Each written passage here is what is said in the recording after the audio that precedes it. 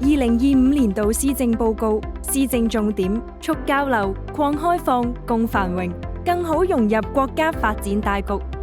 特區政府以北上、南下、西進、東拓為策略，強化內聯外通，協調推進內地、香港、澳門三地共建單一自貿區建設，同時爭取國家支持，喺澳門建設全國高效區域技術轉移轉化中心，致力加強粵港澳大灣區基礎設施互聯互通，並持續優化澳車北上，加強與內地交流合作嘅同時，進一步做好澳門嘅精準聯繫人角色，